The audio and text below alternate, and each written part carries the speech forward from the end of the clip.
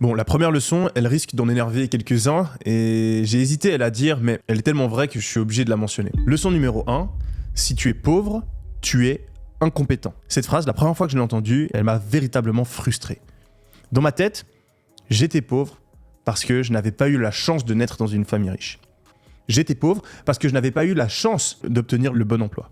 J'étais pauvre parce que je n'avais pas encore eu le temps de progresser dans ma carrière professionnelle.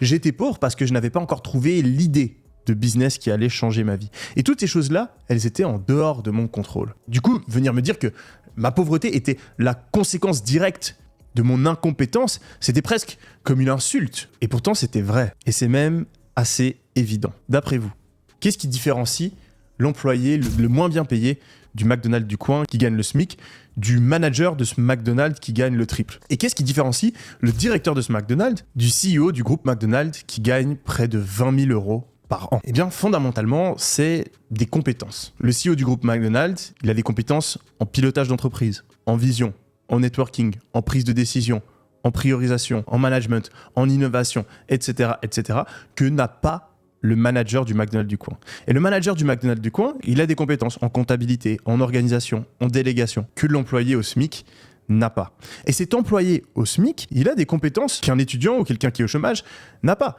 Il sait comment utiliser les machines de McDonald's, appliquer les process, bien parler aux clients. La plus grande différence entre vous et quelqu'un qui gagne 10 ou 100 fois plus, c'est une ou plusieurs compétences. Malheureusement, la plupart des gens ont tendance à ne pas le réaliser. Si quelqu'un gagne plus d'argent que vous, c'est extrêmement probable qu'il ait des compétences que vous ne possédez pas. Et la meilleure manière de gagner plus d'argent, c'est donc d'identifier ces compétences et de les apprendre. Même si vous avez un petit peu moins d'expérience, même si vous êtes un petit peu moins chanceux, et même si vous avez un moins bon réseau, si vous êtes la personne par rapport à un poste spécifique qui a les meilleures compétences, vous allez trouver un taf. Et si vous êtes un entrepreneur compétent, même si vous partez pas exactement avec la bonne idée, dans le bon marché, etc., tôt ou tard, votre business fonctionnera. Mais malheureusement, notre ego vient nous jouer des tours. C'est plus facile de se dire qu'on est pauvre, qu'on gagne pas beaucoup d'argent parce qu'on n'a pas encore eu la bonne opportunité, parce qu'on n'a pas encore eu assez de temps ou parce que c'est injuste. Et à l'inverse, ça demande beaucoup plus d'humilité de se rendre compte que si on gagne pas autant d'argent qu'on veut aujourd'hui, c'est parce qu'on n'est pas aussi compétent